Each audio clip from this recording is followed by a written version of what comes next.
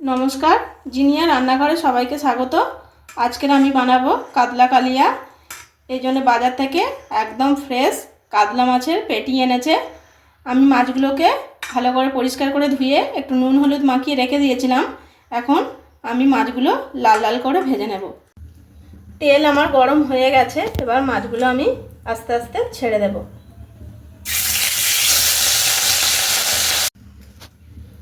এই কড়াইতে আমি ফার্স্ট তেল দিয়ে দিচ্ছি। আমি পেঁয়াজ দিয়ে দিয়েছি, এবার পেঁয়াজটা যাতে ভালোভাবে গলে যায় ওই জন্য এর মধ্যে এখন লবণ দিয়ে দিচ্ছি। আমি টমেটো,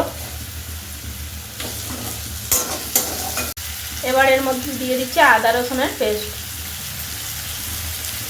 আর এদিকে আমি একটা বাটির মধ্যে হলুদ গুঁড়ো আর লঙ্কা গুঁড়ো একটু জল দিয়ে ভালোভাবে গুলে নিচ্ছি।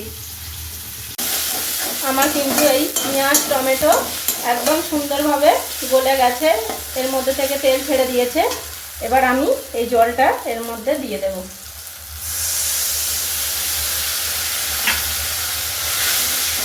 এবার দিয়ে দিচ্ছি কাঁচা লঙ্কা কুচি আর একটু কিছু পরিমাণে আমি জল দিয়ে দিচ্ছি। ঝোলটা আমার ফুটে গেছে, এবার এর মধ্যে আমি মাছগুলো দিয়ে দেব।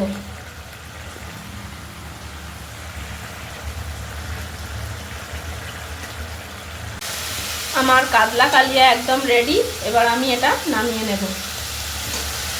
দেখুন কত সুন্দর হয়েছে, আর এটা খেতেও কিন্তু খুব সুস্বাদু হবে। বাড়িতে একবার বানিয়ে দেখবেন, খুবই সিম্পল একটা রেসিপি।